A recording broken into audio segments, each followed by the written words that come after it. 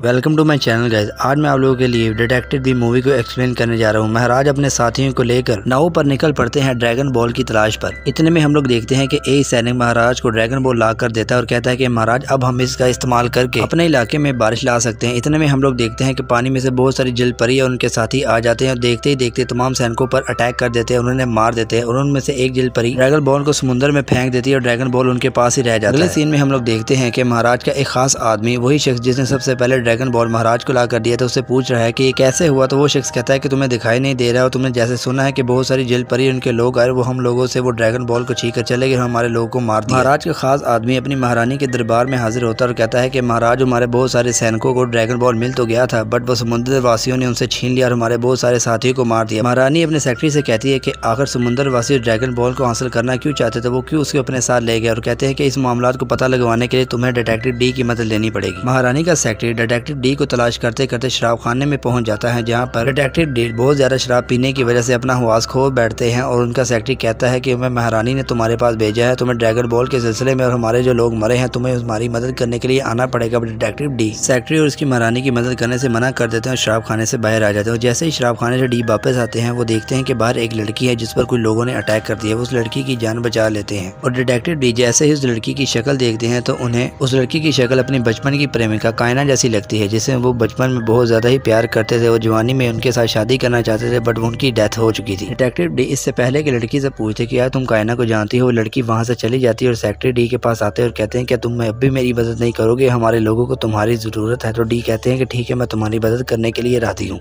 Secretary detective D को उस नाव पर ले आता है जिस पर जलपरी और उसके साथियों ने यानी समुद्र वासियों ने महाराज और उसके साथियों को गाजर मूली की तरह काट डाला था। डिटेक्टिव डी वहां पर लगे निशान और लोगों की लाशों को देखकर एक बात का अंदाजा लगा देता है कि जितनी परफेक्शन से यहाँ पर सब लोगों को मारा गया और जितनी आसानी से वो लोग यहाँ से ड्रैगन बॉल को ले गए, इसमें कोई न कोई अंदर का साथी जरूर शामिल है। सेक्रेटरी डी से कहता है कि तुम कैसी बातें कर रहे हो, एक तो हमारे लोग मारे गए और तुम हमारे ही लोगों पर शक कर रहे हो। तो डी कहता है कि हाँ ऐसा ही हो सकता है। इतने में वहाँ पर काले कपड़े पहने हुए समुराई आ जाते हैं जो कि डी और महारानी के सेक्रेटरी पर अटैक कर देते हैं, बट दोनों उनका मुकाबला करते हैं और वो लोग वहां से भाग जाते हैं। सेक्रेटरी उन लोगों का पीछा करने के लिए भागता है, बट डी उन्हें रोक देते हैं और वहां पर पड़े हुए तीर को पकड़ लेते हैं और उस तीर का निशान उन्हें कुछ जाना पहचाना लगता है। तो सेक्रेटरी बताता है कि ये तीर मास्टर योंग के यहाँ बनाए जाते हैं और इस पर जो निशान है मास्टर योंग का ही है। डी सेक्रेटरी से कहते हैं कि यानी हम लोगों पर जिसने अटैक करवाया था वो मास्टर योंग के ही आदमी थे। डी और सेक्रेटरी मास्टर योंग से पूछताछ करने के लिए जैसे उनके घर पर पहुंचते हैं तो उनके घर वाले बताते हैं कि इन पर किसी काले कपड़े वाले लोगों ने अटैक कर दिया और उन्हें मारकर यहाँ से चले गए हैं। तो सेक्रेटरी डिटेक्टिव डी से कहता है कि यानी डी ये बात क्लियर है कि हम पर मास्टर योंग ने अटैक नहीं करवाया, ये तो खुद उन लोगों के हाथों मारे गए हैं। डिटेक्टिव डी कहते हैं कि इस बात का भी पता मैं बहुत जल्द लगवा लूंगा। वह सीन यहाँ से हो जाता है चेंज। डिटेक्टिव डी अपने सवालों का जवाब हासिल करने के लिए व्हाइट ड्रेस वाली लड़की यानी कायना के पास आ जाते हैं और उससे पूछते हैं कि तुम किसी कायना नामी लड़की को जानती हो। तो कहती है मेरा नाम कायना नहीं, मेरा नाम लिन है। डी लिन से कहते हैं कि मैं जिस लड़की का नाम ले रहा हूँ यानी कायना, वो मेरी मंगेतर थी और हम दोनों की शादी होने वाली थी, बट कायना और उसके फादर ड्रैगन बॉल की रक्षा करते थे, उसकी रक्षा करते ही करते वो मर गए। लिन से कहते हैं कि जब मैंने तुम्हें उस दिन बाजार में देखा मुझे ऐसा लगा जैसे मेरी कायना जिंदा हो गई। लिन कहती है कि हिस्ट्री में क्या हुआ इसके बारे में मैं तो नहीं जानती, बट मैं आपको इतना जरूर बता सकती हूँ कि आपके पास जो बंदी है वो झूठ बोल रहा है। उसे सब पता है कि ड्रैगन बॉल किन लोगों ने चुराया और उसकी इन्फॉर्मेशन कैसे दी। तो डी कहते हैं कि इसमें पूछने की क्या बात है, हम सब लोगों को पता है कि ड्रैगन बॉल को समुद्र वासियों और जलपरियों ने चुराया है। तो कहती है ये तो सच है, बट आप लोगों को ये नहीं पता कि आखिर उन लोगों ने उसे चुराया क्यों है। फिर डी उस जख्मी सिपाही से इंटेरोगेशन करने के लिए जेल खाने में पहुंच जाते हैं जहाँ पर वो जख्मी होता है। उससे पूछते हैं कि कैसे हो सकता है कि तमाम सिपाही मर गए बट तुम जिंदा हो। तो डी उसे कहते हैं कुछ ऐसी बातें हैं जो तुम हमसे छुपा रहे हो, तुम बता दोगे तो तुम्हारे लिए ही बेहतर है। डिटेक्टिव डी उस सिपाही से झूठ बोलता है कि हम सबको पता चल चुका है कि इन सब में तुम्हारा ही हाथ है। तो वो जज्बात में आ जाता है और अपने चेहरों पर लगे हुए नकली रकम के निशानात को उतार देता है और डिटेक्टिव डी से कहता है कि तुम खुद को बहुत ज्यादा तीसमार खान समझते हो और उस दिन नाव पर उन सब लोगों को मैंने ही मारा था, समुद्र वासियों की मदद की, पर तुम्हें ये बात मैं कभी भी नहीं बताऊंगा कि आखिर मैंने ड्रैगन बॉल उन लोगों के हाथ क्यों दिया। तो सेक्रेटरी डी से कहता है कि आप मुझे इजाज़त दे तो मैं इस शख्स से 2 मिनट में पता लगा लूंगा कि आखिर इसने ड्रैगन बॉल उन लोगों को क्यों दिया। वो कहता है कि मेरे जीते जी तुम लोग इस बात का पता नहीं लगवा सकते। वो कहता है क्या तुम्हारी बात का मतलब। इतने में हम देखते हैं कि एक तीर उसी गद्दार सिपाही के सर में आकर लगता है और वो वहीं पर मर जाता है। इस गद्दार सिपाही को भी तीर उन्हीं लोगों ने मारा होता है जो लोग पहले ही डिटेक्टिव डी पर अटैक कर चुके हैं। डिटेक्टिव डी वहाँ से सीधा प्रिंस के पास जाता है जिसका नाम उस सिपाही ने लिया था। डिटेक्टिव डी प्रिंस से कहता है कि मुझे उस सिपाही ने कहा है कि आपके ही कहने पर ड्रैगन बॉल समुद्र वासियों के पास पहुंचा है, बट आप मुझे अगर खुद बता देंगे तो इसमें आपका ही फायदा है, क्योंकि अगर बात ये साम्राज्य में पहुंची तो आपकी इज्जत कुछ नहीं रहेगी और महारानी आपको अलहदा सजा देंगी। प्रिंस कहते हैं कि मुझे नहीं पता आप किस बारे में बात कर रहे हैं, आप चाहे इस बात का ढंढोरा जहाँ पर मर्जी पेटे, मुझे नहीं पता कि समुंदर वासी और ड्रैगन बॉल के साथ आप मुझे कैसे कनेक्ट कर रहे हैं। यहाँ से चेंज होता है, हम देखते हैं कि एक लड़की सोने का सुनहरा बॉक्स हाथ में लिए हुए महारानी के दरबार में आ रही है और इस बॉक्स में कुछ और नहीं ड्रैगन बॉल ही है और यह ड्रैगन बॉल किसी और के पास नहीं, प्रिंस के पास ही था। प्रिंस यानी ये बात एक्सेप्ट करते हैं कि उन्हीं के कहने पर ड्रैगन बॉल समुद्र वासियों के पास पहुंचा था। प्रिंस यानी महारानी के दरबार में ये बात एक्सेप्ट करते हैं कि वो इस ड्रैगन बॉल का इस्तेमाल अपनी जाती ख्वाहिशात को पूरा करना चाहते थे, क्योंकि इस ड्रैगन बॉल में बहुत ज्यादा ही ताकतें हैं। तो इस पर महारानी को गुस्सा आ जाता है और कहते हैं या तुम अच्छी तरह जानते हो कि इस ड्रैगन बॉल का इस्तेमाल अपने साम्राज्य में बारिश लाने के लिए करना चाहते हैं, क्योंकि हमारे साम्राज्य में कई सालों से बारिश नहीं आई, हमारे लोग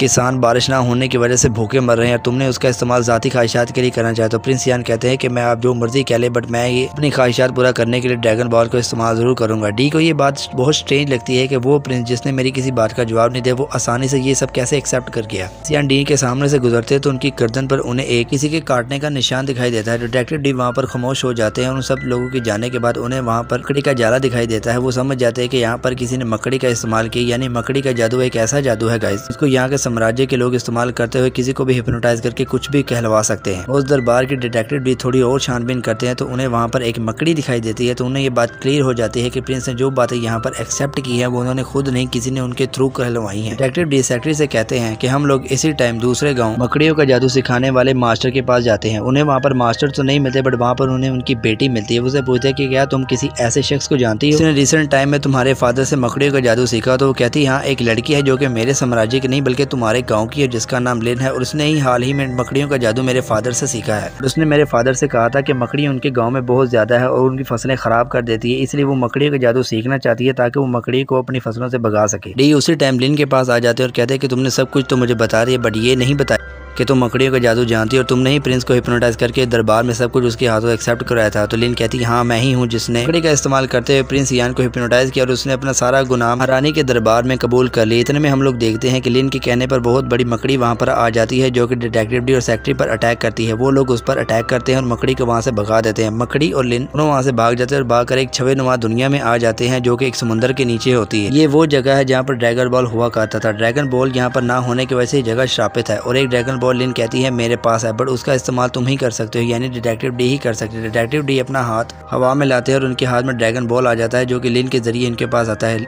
लिन डिटेक्टिव डी से कहती है कि डिटेक्टिव डी अब तुम इस ड्रैगन बॉल का इस्तेमाल करते हो इस जगह से सारा काला जादू और श्राप को खत्म कर दो। डिटेक्टिव डी उस ड्रैगन बॉल को एक पत्थर बने हुए ड्रैगन के मुंह में रख देते हैं और देखते ही देखते हम लोग देखते हैं कि ड्रैगन बॉल की ऊर्जा इतनी ज्यादा होती है कि वो श्रापित जगह सारी साफ हो जाती है और वहाँ से मौजूद तमाम श्राप खत्म हो जाता है। को कायना दिखाई देती है जो कि उनसे कहती है कि तुम गलत लोगों के लिए काम कर रहे हो। ड्रैगन बॉल सही लोगों के पास था, बट तुम्हारी समझदारी और तुम्हारे इल्म को गलत लोग इस्तेमाल कर रहे। तुम्हारे हाथों से बहुत बड़ा कम होते होते बचा है और कई बार मैंने तुम्हें बचाने की कोशिश की है और इसमें मैं कामयाब भी रही हूँ। इससे पहले कि बहुत बड़ा अनर्थ हो जाए तुम वापस जाओ और जो लोग ड्रैगन बॉल दूसरे का इस्तेमाल करने वाले हैं उन्हें रोको। वहाँ से अपने घर पर आ जाते हैं और चाय पी रहे होते हैं और कायना की बातों को सोच रहे होते हैं कि इतने में उनका सर चकराने लग जाता है। तो वो समझ जाते हैं कि उनकी चाय में किसी ने जादुई जहर मिलाकर दिया है, जिसकी वजह से वो लोग यहीं पर बिजी रहे और वहाँ पर दूसरी जानिब रानी ड्रैगन बॉल का इस्तेमाल करते हुए अपनी ख्वाहिशात को पूरा कर लेगी। वहाँ से सीधा महारानी के दरबार के लिए भागते हैं जहाँ पर वो लिन की जादुई शक्तियाँ और उसके जादू को इस्तेमाल करते हुए ड्रैगन बॉल का इस्तेमाल करते हुए